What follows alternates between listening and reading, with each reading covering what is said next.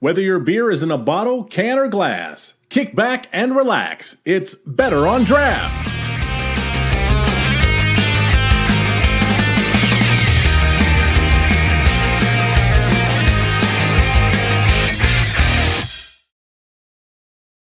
Welcome, everybody, to episode number 46 of the Michigan Beer Series of Better on Draft. My name is Ken. Thank you so much for joining us. I truly appreciate it. It has been quite a minute since we have had a guest, and we are excited to bring one on. But first, let's go around and see what the hosts are drinking, starting with Wendy. Wendy, hello. What do you got? I knew you were going to start with me. So I am drinking I believe it's a Cocktoberfest. It is the Fest Lager from Brewery Vivant. Nice. All right, and Rob, what do you got over there? Rob, you're muted. I can't unmute you, so you got to unmute yourself. I have an Oktoberfest from Sierra Nevada. I could not find a Brewery Vivant beer in Indianapolis, sadly. That's all right. I myself have a nice Shorts local amber to be drinking on the show. And with us in our virtual studio, we do have two amazing guests. Why don't you introduce yourselves? Tell us who you are and where you're from, what you do, that kind of stuff. All right. We're the Spaldings. I'm Jason. And Chris. Yeah. So we're the owners of Brewery Vivant and also Broadleaf Brewery and Spirits. Brewery Vivant started in 2010, a long time ago, feels like. And then Broadleaf we started in 2019. And I'm sure we'll talk more about those. Yeah, we're happy to be here. I was waiting to crack my beer so we get that nice sound, you know? Right. Let's hear it. Oh, it's nice, right? Yeah, so I'm drinking this is our Chromatic Shatter, which is one of our Broadleaf hazies. It's a hazy pale, so it's like a lower ABV. And I have, where's my camera? Oh, there we go. Ski Patrol. Chris has jumped. Not quite snow yet in Michigan. It's like 74 degrees today, but I love this beer. I'm ready for it. She's jumping seasons right over October, right into winter. Well, we appreciate you joining us on this lovely Friday evening. So Vivant opened up 10 years ago. You guys are going through a little bit of a rebrand. What is the reasoning behind this rebrand, and what should we start calling you today? Yeah, it was actually like 14 years ago, believe it or not. And then pretty much we're differentiating the brands for the restaurant versus the brewery. So the beers you'll see on the shelves that you'll pick up and everything, it's still Brewery Vivant. But then the restaurant itself, we're changed the name of that. It's Vivant Brewery and Spirits. Not hugely different, but we're dropping, it's so interesting. Like brewery is not an easy word to say on its own, and then Vivant also isn't the easiest word to say. Then you put them both together and it's complicated, especially if you have to explain it on the phone. But it's the worst. V is in Victor. Right. You have to spell it all the time. But it's really more of people just call, the locals call our place Vivant anyway. So it just seemed like a natural fit. And then, we started doing spirits during COVID, and it's something people know us for beer, but we just want to make sure people are also aware that, our spirits game is coming strong too. So that was really the rationale. Are you guys focusing on any distinct type of spirits? Like, are you trying to stay within the realm of like whiskey or clear like gin, or is it kind of like anything and everything? We started with the clears, and really it was kind of motivated. The whole reason we got a license was we had dead beer from COVID. So much. Oh my gosh. So I don't know if you've ever heard the story, but the biggest account we ever got was we were going to go into the Tiger Stadium for with our Grand Lager. So we started brewing beer, man, like in February, March. Start stockpiling this lager to fulfill that sale, and then it all came crashing down. So we literally were sitting on like 300 plus kegs of beer when COVID hit, just unsellable.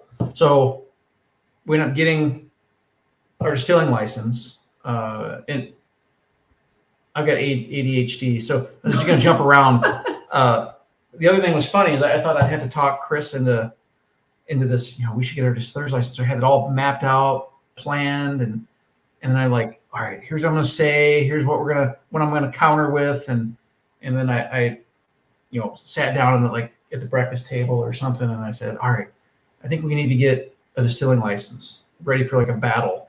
And she's like a lumberjack. Fuck yeah, let's do it. Yes. Like, I think we should have had one from the beginning, but yeah, I guess I forgot that. But Yeah. anyway, so it's pretty easy. And then we ended up distilling all that beer, just because we couldn't bear to dump it. So we thought we at least could do something with it. And then we also blended in a bunch of our sour beer that we also couldn't sell, and put it out in totes and sent it to our friends, and they distilled it, and it was great. But anyway, to answer your question, we started with the clear stuff just to make it easy, and we love gin. There's so much you can do with gin, and the one we make, I just love it. It's got 9 different botanicals in it, and it's so diverse. And I don't know, when I grew up, gin was just very one-dimensional, and now I think with craft distilling, there's a whole world that opens up, and we actually did just start with our first bourbon too that we released just a couple months ago, so that's exciting for us. I think with gin, a lot of people I'm a huge gin drinker. I love going out and trying different gins, and I'll drink it neat. If you find a really good gin, not even chilled, you can drink it neat, straight from the bottle. Well, not straight from the bottle. You got to at least pour it in a glass. You got to be a little classy. But a decent gin is starting to get easier to find, because when we were growing up and drinking, your choices was really Bombay or Tanqueray. That was really the only choices ever at a bar. You never had options. Whereas at least with whiskey, you'd have, a small, medium, and large. You'd have your well, you'd have your, maybe your Crown in the middle, and then maybe you might get a nice Woodford or something that's, a $15, $20 dram. Now, if you go to a place like Ale Mary's and they're selling Hibiki 17 year, and that was the one thing that I enjoyed from COVID. The one thing I enjoyed from COVID was the ability that there are a lot of these places that had these nice bottles that were now offering at price to go shots. So I would go to Ale Mary's to get the drams of Hibiki 17 because it's impossible to find a bottle. So I could just be like, hey, this is great. I can drink it when I want to drink it, take it home. I don't have to go and sit down and drink it there. I can make it the way I want to make it. So it was a great experience. But you mentioned distilling as a need because of dead beer. When COVID started, was there any leniency for you to be able to do it with maybe some of your neighbors? Were you able to purchase dead beer from your neighbors to distill for them and sell it back? What was the way around it? Because obviously other breweries can't just get a distilling license. You need the hardware and the money and stuff. So how did you go about that, or did anyone go about that? Well, I know the distilleries and breweries that had distilleries previous to that, we're making the shit out of hand sanitizer. Right. And then there's a whole batch of us that were getting licenses during COVID, and they actually made it because of the hand sanitizer thing. They would, at least the federal government would fast track your license paperwork. It was great. We got our Fed back, and we're just sitting waiting for the state. It got back so fast, but it was amazing. But I don't know. Everyone was kind of on their own, honestly. No one knew what to do or how to do it, and it was a crazy time. So I don't know what everyone else did, but we had so much just trying to figure out our own issues that I never reached out to see if anyone had extra beer. Before I pass it off to Wendy over here, the last question I wanted to ask, because I noticed it in the signature, and a lot of different places were talking about it when they introduced you as a brewery, especially in 2010. You were the first LEED, that's LEED brewery in Michigan. What is a LEED brewery? It's a green building standard. So there's an organization called the U.S. Green Building Council that if you follow green building principles, you can have your, and you show all the documentation for it, you can have your building certified as being more environmentally friendly than the average building generally. So we were just the first commercial microbrewery to be certified that we could find. They wouldn't give us that official title because it's not something that they track, but we give ourselves that title, and our mayor did. So I figure that makes it, real. Well, it wasn't something that was tracked, so we just couldn't find any, looking everywhere, and we just kind of stumbled upon it. Okay, looks like we're the first ones. Yeah. But since then, Sierra Nevada has done it. New Belgium have done it since then. Yeah, quite a few. But it's a pretty rigorous, environmental standard. I mean, everything from when we were building out our facility, like we recycled, I think it was like 72% of all of our waste was diverted from landfill. So that could be everything from like there's a daycare center, and they had these little tiny toilets, and they sent those to like Habitat for Humanity, and all these things, trying to keep things out of landfill. Then when we put things back together, it's sustainably harvested wood that we were using to build things with. A lot of investment in things that make sense for the long term, like your heating and cooling and stuff like that, trying to get real efficient stuff, because we're planning on being open for a long time, so why not spend that money in the upfront, and it should cost you less in the long run. So, but all those things kind of feed into that, and and it's cool. We knew we wouldn't always be the only, but we'll always be the first, which is cool. I think just one other quick comment related to that. I was just talking, our daughter wanted her room to be repainted. So we're talking about paint and how, paint has that smell to it. Like, just thinking back to 2010, when we're working on this project, it was a lot more effort to find more environmentally friendly product, like paints and sealants and adhesives and all those things. And that all goes into that LEED certification. But if you fast forward 14 years, but innovation has come a long way, where I think a lot of those high VOC, which are cancer-causing chemicals, a lot of those products don't even exist the way they used to. So it's great seeing, like, being part of a movement, right, that's really going forward and creating a safer world for the people making the materials, the people applying the materials in a building, and then the people occupying the space. So I think that's pretty cool. But that was like, to me, I'm more the sustainability person in our business, and Jason brought the beer.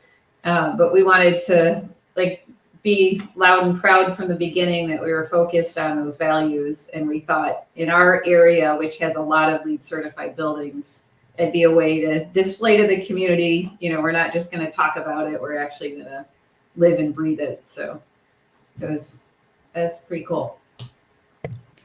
So I recently went back to school to get a public health degree, and part of that curriculum had a lot of environmentally friendly classes and things like that. My dad makes fun of me all the time because he says now I pay way too much attention to that.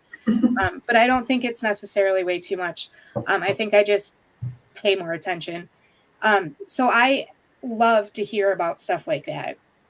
So I was reading an article probably a couple months ago where they said, I can't remember what exactly it was that they said,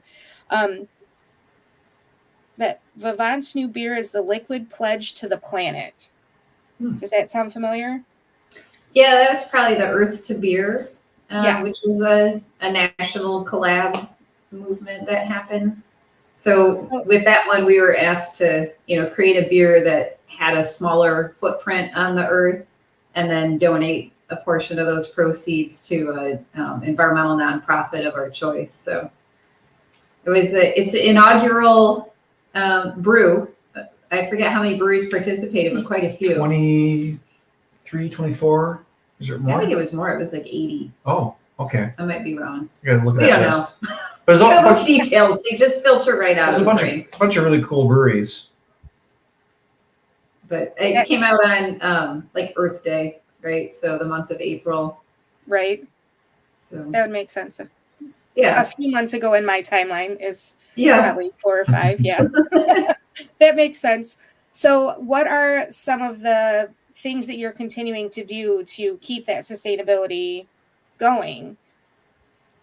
Yeah, I mean it's always it's a journey for sure, right? The things that we've held on to this whole time have been like where do we purchase our ingredients from? So for the kitchen and beer, we try to purchase from our state as much as we can. Easier for certain things than others, and also, who we buy it from has to be able to tell us that it's from the state and tell us honestly, right? So anyway, look at where the ingredients come from, who we spend money with. So we try to focus on Michigan owned, independently owned businesses for all the different things that we could spend money on. And then we look at, how much water are we using and energy and trying to get more efficient to the point of, HVAC and all those systems. And I think a big one that I think most people have their arms wrapped around, I think in our industry, is just what happens with your waste stream, right? So, of course, breweries have a lot of spent grain, so ours goes to a cattle farmer. But, the kitchen produces a lot of organic waste, so we make sure that that goes to a commercial composter, which then can, feed farms in a friendly way moving forward, and we recycle what we can. So it's a lot of different factors that come together that we try to stay on top of. It can be a challenge, though. All of those for different reasons, right? And different times you have money to spend on cool stuff like solar panels, which, at a time when the industry was just killing it, we had some nice profit and invested that profit into 192 solar panels. Those are the good days.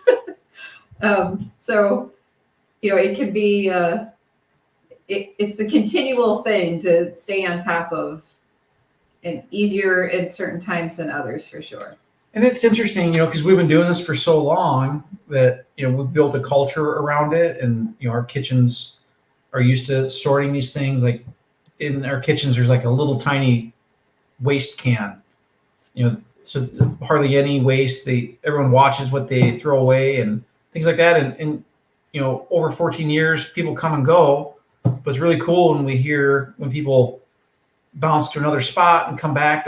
They come back and tell us, I can't believe they don't even recycle, or, and they try to implement some of these programs that we taught them at these other restaurants. So it's kind of a way that I don't know, that we feel like we can affect the industry and hopefully do some good for everyone. Because, we love everyone to follow along with those same kind of principles. So Yeah, that ripple. yeah. So I know that Rob probably has a ton of questions about the beer, but I want to talk a little bit about the brand itself, I guess. I know that Brewery Vivant has kind of a French feel to it. What is the story behind that and how that got started? You go ahead. Okay. So, oh man. So, I don't know if, I was part of the New Holland Brewery. I was one of the founders of that early on. And then when we left, I left there, and then my wife and I started coming up with this idea of what brewery we'd want to start. And then it really started with, we want to be a sustainable brewery and part of the community, all these things. We worked on this together, and we really kind of had this inkling of, these farmhouse ales, things like that. There weren't that many people really making things like that. And we ended up taking a trip over to, southern Belgium, northern France, and we made it a point. We wanted to see all these little tiny breweries that no one's ever heard of, these little village breweries. And we had a tour guide. It was amazing. And we just kind of fell in love with these beers, and they were really like culinary beers. And like the culture, I just remember, the guests that we would eat dinner with, or we stay at this Airbnb, or not Airbnb, it was just a B&B before Airbnb existed. But they would serve food, and they would go down to the cellar, come up with this beer, and serve it with whatever we're eating, and it's like we're like blown away, like this is amazing. I can't believe how well this pairs together. And it's just like, yeah, that's just what we do. But for us back here in the States, like people thought of wine and beer, or wine and food, but not beer and food. Like a wine and cheese party, but man, cheese and beer is like the best thing ever. So that stuck with us, and we really kind of fell in love with the kind of southern Belgium beers, and in that Wallonia area is home of saisons, and the Bière de Garde is kind of attributed to northern France, and we just really fell in love with that. And that Wallonia area primarily speaks French. There's such a small country, but just a mashup of languages. And we got home and really just really wanted to pay homage to that. So we were looking for some sort of French connection, and oh man, we had lots and lots of names. So many cool words that no one could pronounce, right? Even more than Vivant. Right. So we stumbled on this term when we were over there. We're traveling, we're drinking, we're eating at restaurants, we're having a good old time, and people kept using this term like, "Oh, you guys are bon vivants," and we just kind of like put that in the back of our head. And the French, the translation, bon meaning good, vivant meaning life. We're living a good life, and that's what we did when we were there. And that just kind of stuck in the back of our head. And when we got home, we started thinking about it, and that name just kept rising up. And it was a word you could, in French it's vivant. That's not going to work. But if we give it some hard American consonants, vivant, we think we can make that work. And that's kind of how that happened. And what we loved is really just that connection to the area. So a lot of the brewers that we talked to, they'd make beers, and they would gather ingredients from what grew around them, either grains or fruits, herbs, things like that. And like we love that. One of the breweries we met, the guy was a farmer, mayor of the town. He had a defunct brewery, like all this brewing equipment out in the yard, and he made a putt-putt golf course out of it. And while we're there, like a school bus pulls up to get a tour of the brewery and the farm, to see how agriculture and beer is all part of, it was awesome. So that's kind of where that whole inspiration came from. And we came back and wanted to, not import ingredients from Belgium to us, but take that kind of the ethos and do that here. So our fruit beers under the Vivant banner are all fruits that like raspberries, blackberries, things that grow here in Michigan. So we kind of take that inspiration and try to make it unique and local to Grand Rapids. Nice. So I heard you talk about berries in your beers. Do you go through all the seasons and get local, ingredients for beers to make interesting things, or are berries the ones that you stick to, or how are you managing that? Well, like we have a strawberry rhubarb beer. We call it Strawbarb. It's our probably most popular one, but it's amazing. We over time, depends on how big of a batch we're making. At one point we made that beer. We picked the rhubarb from our yard, and brought it in and made the beer with it. But as we scaled up those things, you have to take a different approach. So when you're making beers, we had these horizontal fermenters. We make this beer, and in the bottom's like all this, rhubarb material sludge and strawberry sludge, and you end up, losing half the beer because you can't separate it from all the stuff. So, as we, got bigger with those beers, we had to change a little bit how we do it. So it's not quite as romantic as us picking berries from our yard and throwing them in a small batch of beer, but when you're making, 100 barrels of beer, now we try to source fruit grown in Michigan, but we're using concentrate and things like that. But all those same things still apply. We always go through those processes when we're trying to source things. So Sure, and you could throw in some ingredients from your yard, I'm sure. yeah, and we have plenty. Oh man, rhubarb still growing out there. And so many red currants. Every couple years, I make the brewers do a single barrel, one-off beer of something. Like, you have to use these red currants because I pick them all by hand. And they need to go into a beer. This is the whole reason that we have all these bushes. So Yeah. And it sure makes for a pretty color. Throw a bunch of red currants in a beer. It's lovely. You mentioned horizontal fermenters. So is this like the open fermenting type of a thing, the funk house almost? Or these are like old dairy tanks, and we have since gotten rid of the last one. But dairy tanks, especially, these things were built in the 50s. The stainless steel is like that thick, and they're like just beasts of tanks. And originally we got them because they were inexpensive and durable, and we had eventually moved them all into the sour room, and they were great because we just park a beer in there and let it sit for as long as we needed to. It was temperature controlled, and it was awesome.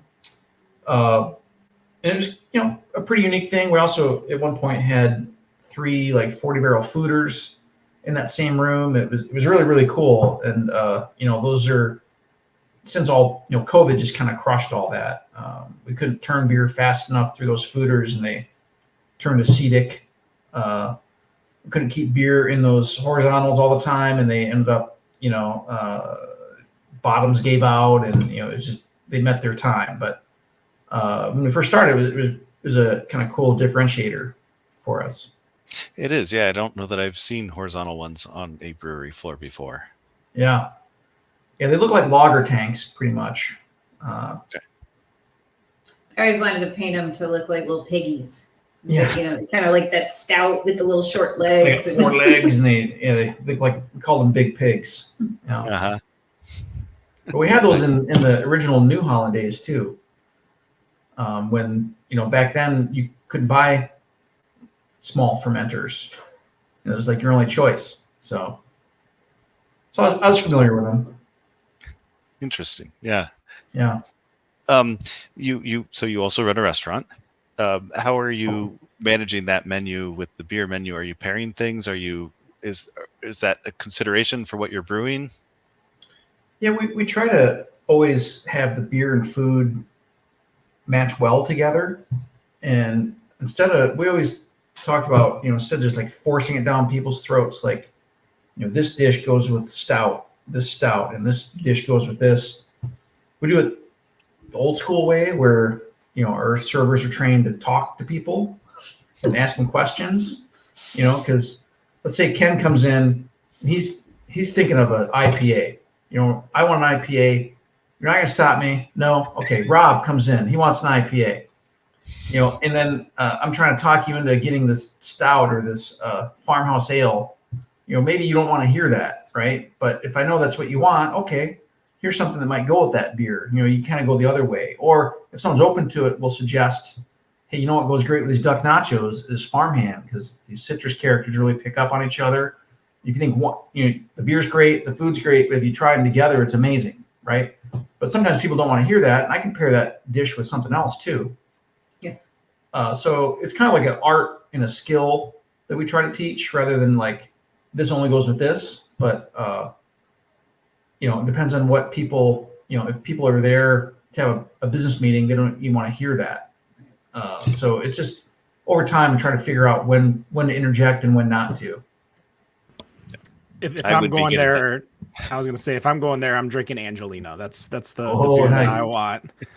We got Harris on tap right now.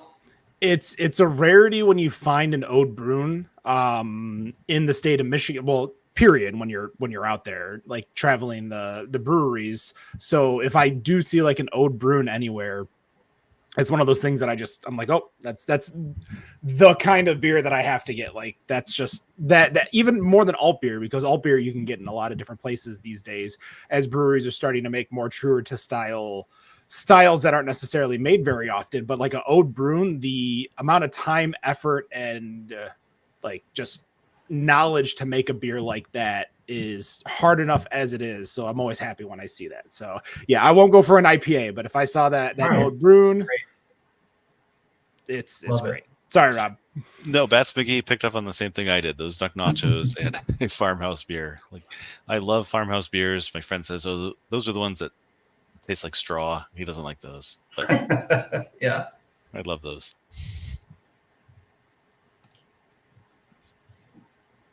Yeah, I love the descriptions of farmhouse beers. That it gets really fun. Yeah. Our favorite description, Peter Boucart that formerly was from New Belgium, and he's got his own brewery in Fort Collins now. But straight from Belgium, super amazing guy. But we did a beer, our Wizard Burial Ground, and we aged it with some Brett and some funky things, and he tried it, and what did he say? Dead grandmother in the basement. Yeah, it tastes like dead grandmother in the basement. We're like, wow, that's amazing. I've never heard that description, but we loved it. So That's the nailed one It I wasn't- always go for. It wasn't speaking from experience, I hope. yeah. Yeah, not everyone's favorite term, but it does Do you have- elicit an Yeah. idea. Yeah. Do you have some favorite styles to brew? Well, I mean, we always love like the things that pair with food, like the super dry saisons, and we did this beer called Saison, which was like a 9%, basically saison with orange peel and tell cherry black peppers. And when I worked at Zingerman's, I actually made that beer at a friend's brewery before we even had a license. That's actually the first Vivant beer we ever made. But it's such a great food beer. Super dry. The alcohol is something to be dealt with, but it adds to the flavor of that beer. Sure sneaks up on you though. Yeah, it does. It adds up quick, but it adds to the beer. Once we did it, we couldn't not do it again.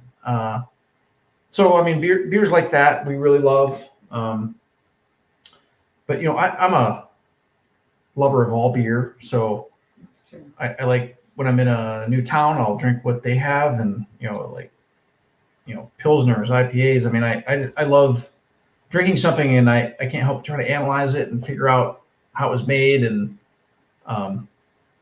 in my fridge, it is honestly like a swath of everything. It depends on where my mood goes. But our for Vivant, like our love of these kind of rustic, unfiltered, I call them like kind of Belgian light beers. Like they're not super estery, super, like they're not like the classic Trappist beers like Chimay. How those Banana esters, clove. yeah, the banana clove. And we really like these kind of subtle flavors that they're definitely Belgian, but they they give you like a different dimension. Those are probably our favorites, I think. Yeah, and then we haven't really talked much about the broadleaf brand, but what's fun is, having Vivant with all these traditional roots and, doing more traditional styles, right? That has a place in our hearts. But then what's fun about having two brands is broadleaf is like the anti-traditional, right? So if we want to just experiment with weird stuff, then that's the brand we can do it with, and it makes a lot of sense. I think it was last fall, I was in Denver for a meeting, and everyone had a horchata beer. And I was like, why don't we have these by us? So we finally made a horchata beer under the broadleaf brand, and man, that's a great beer. We're about out of it, and I'm going to be sad. But, it's fun having, just like with our children, right? You have these two very different, unique characters that you can do different things with and enjoy different parts of them. And Vivant horchata beer just doesn't ring true. no, that'd be weird. And we had a hard time.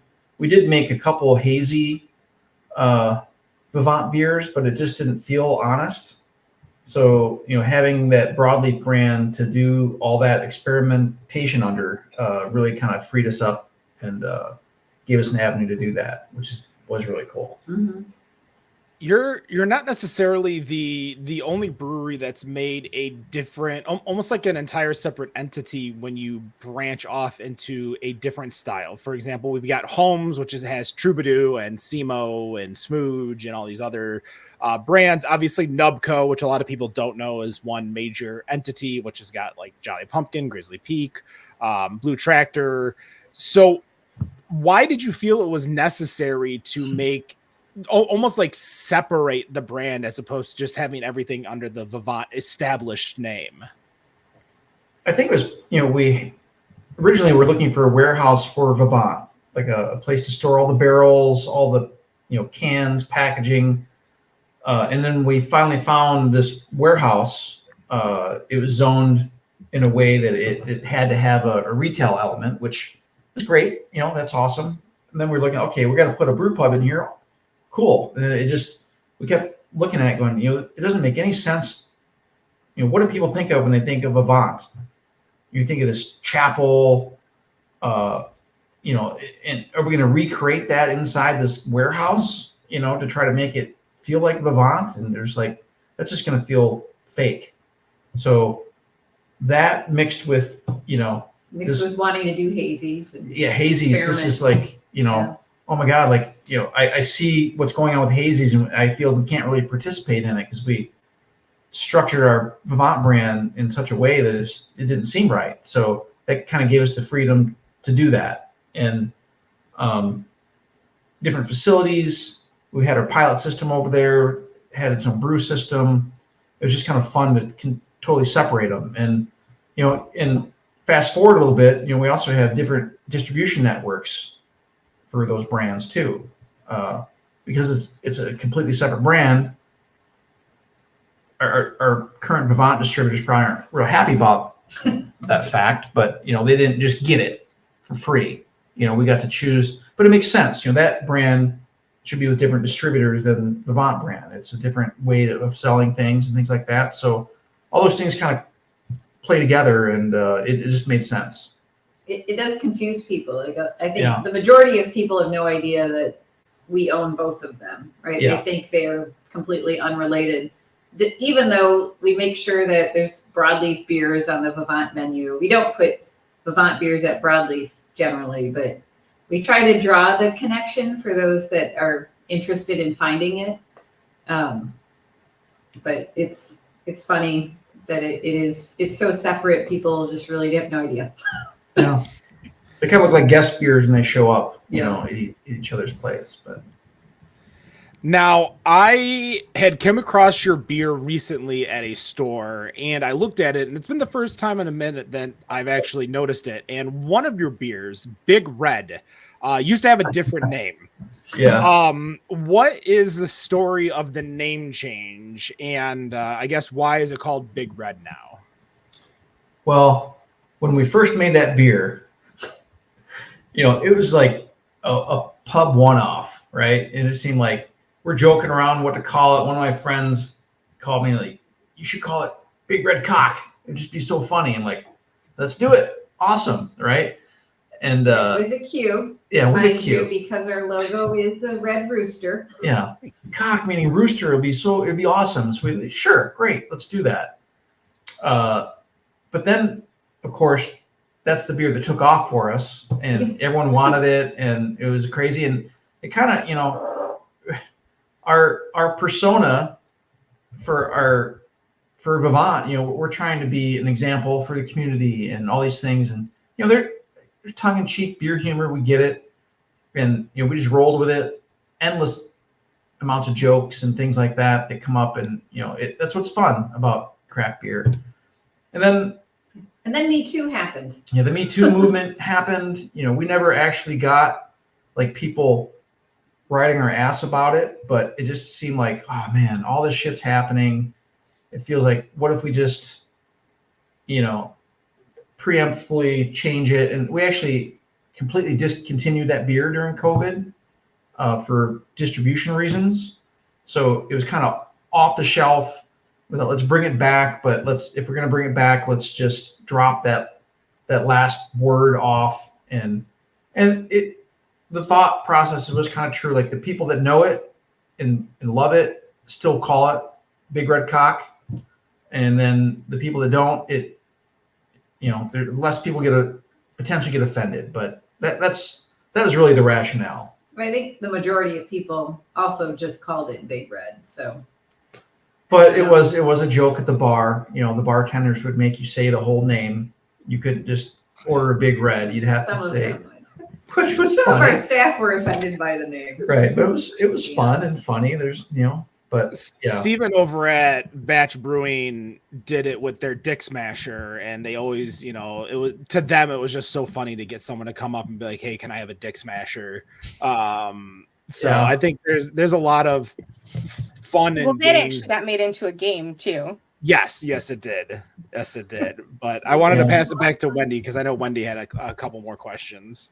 So I have been frantically searching because I love Broadleaf. It's one of my favorite breweries to visit when I'm in the Grand Rapids area. If I'm there, I will try and stop and pick up cans to come home with me. There was a banana stout.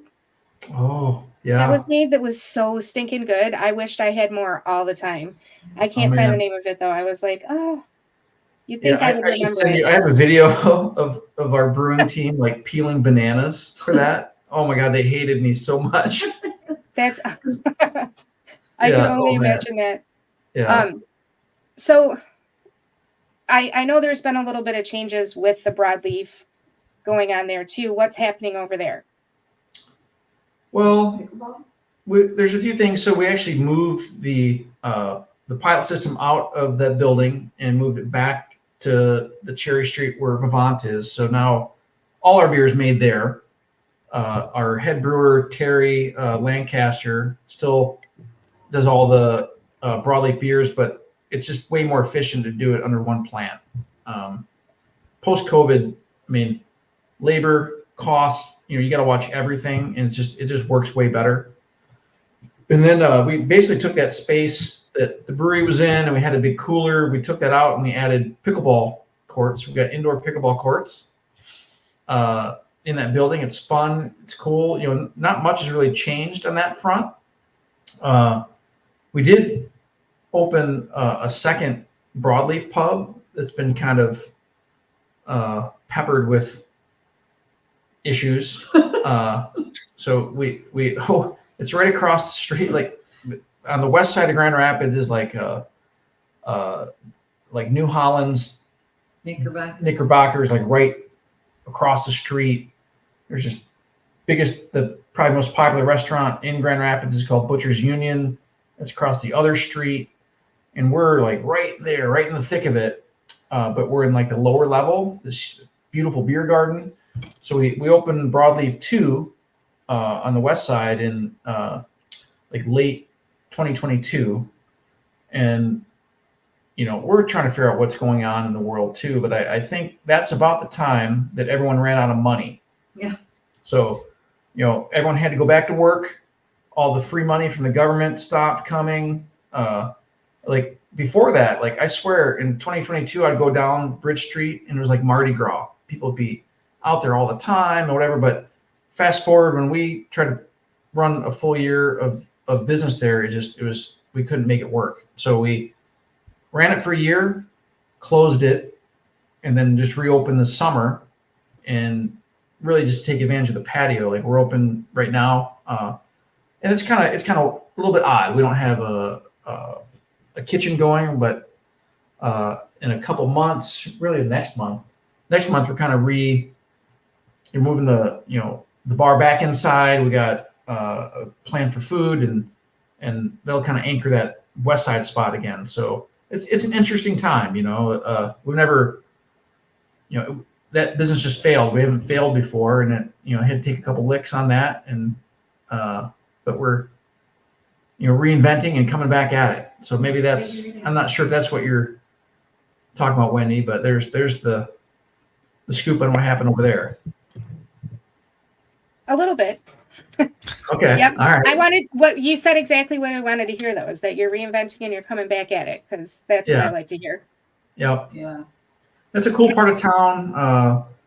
There's some other cool things going on. It's just, in this world where people go out less and drink less, it's, you just got to be more on top of things. So I get to that neck of the woods every Labor Day weekend. There's a board game convention there at the convention center, and that's our thing. We play some games, we walk west across the river, we visit whichever breweries we feel like visiting that day, then we come back, play more games, and just repeat. Sounds Nice. like a good weekend. yeah. It's a pretty good weekend. Maybe we should send our son with you. Is that dude loves board games? Oh my gosh. He won't stop talking about it. Yeah. Then he wants to tell us about Yes. them. Well, I guess while I have the mic, I'd love to know more about the brewery, how you kind of work. Do you have any favorite collaborations you've done, things that you want to do, other breweries you want to work with, anything like that? We're just talking about that. Yeah. It's kind of like, the culture of brewery, like these collabs were always so much fun. And then during COVID, people started doing collabs, but you don't actually go to the other person's brewery, and like that doesn't really count. It's an emergency thing, it's fine, but I kind of feel like that stuff's kind of taking a back seat a little bit. But that's what's fun for us as brewers is I always learn something when I go to someone else's brewery, how they do things, how they set things up, the energy of their staff and place. I always get something out of it, and it's so much fun. So it's something we want to kind of kick back in gear again. Even just locally, I think we could do some things, and we got a lot of friends across the country that we, I don't know if we're getting older or we just don't travel as much, but I'd like to get back out there and see some of these places. So yeah, I think you'll see some more things on the horizon here. I would pitch Taxman as one that you might want to talk to. Like they have a lot of the same styles. And Is that Ohio? That is Indiana. Indiana, okay. South of Indianapolis, about an hour in Bargersville. Okay. But they do Belgian style beers. I think they do them very well. I think that you guys would get along. Yeah. I ended up having a beer with some people. It was maybe it was in Nashville, the trade show, but I saw their logo and riding up an elevator. We ended up hanging out for a little bit. So yeah, I'll have to dig up that business card. That'd be cool. It's the class. It's like, we should do a collab. Right. And then you kind of forget because you move on to the next thing, right? But Yeah. That same trade show is in Indianapolis in April. I'm looking forward to that's it. right. Oh yeah. True. Yeah. I think all those things are what make this industry fun to be a part of, though. I feel like we all need to get back to that fun, after so much angst for the last 4 years. So gotta prioritize that. It's kind of good to hear that your business is in a place where you can look forward to going out and having fun again, though. Well, I wouldn't say that is true, but part of getting it to that place, I think you have to bring fun in, or you may not get to that Yeah, place. they go hand in hand. Yep. What comes first? Yeah. If we have fun, it'll come out in the beer, and then That's people the enjoy hope. it more. So that's the hope. I have to ask because that way I can make a new clip show later. How do you feel about beer flights? I personally love beer flights. You're talking to beer owners. I love beer flights. Talk to our bartenders. Maybe they have a different answer, but Yeah. but it's a great way, especially with, like it or not, like people just don't drink as much, and it's you buy a flight from us, it's like, it's a most expensive pint you've ever bought, but it's great. It's worth it from a business standpoint. So I think it's critical to do those. And that's how you get people to try things, and you win, people that think they don't like beer and they try a strawberry rhubarb and didn't know a beer could taste like that. So I think they're great. So I support. So I think I'm gonna cut in here real quick because I think everyone's looking at my face because I have a question ready in the barrel, and that's you guys have very I don't want to use harsh in a negative tone because it's not negative, but you have a lot of harsh tasting tones in your beer. Your beers are palate destroyers with some of your farmhouse ales with being sour. How do you, as a person, if I'm coming in and I want to try a different beer and I have 5 different sours, how am I going to taste these significant differences in your beers when I'm, getting these strong flavors coming in? Well, we had our perfect examples. We have our accountant that came in, kind of new to craft beer, but excited about it, like, the classic styles. And we got him a taster of one of our sour beers. Didn't really like it, kind of forced it down, you could see it on his face. And then honestly, like, that resonated in the back of his mind. And then he came back and had some questions about it, tried it again. Now he's like, when we sell tickets for our outside sour beer festival, he's the first one that buys a ticket. Yeah. He went from like hating it, like literally like couldn't finish it, to now like we converted him, and now he has learned about it and is a huge proponent. So, there's an example where it did work. I average just think consumer comes in, maybe they're not expecting it. We totally could, get 1-star review. That beer was sour. Well, it's supposed to be sour. You can win or lose, but I think it opens more minds than closes. Well, I don't think I don't want to say sour in like a negative way. Like, I think a lot of people, when it comes to sours, they're a little scared to try them.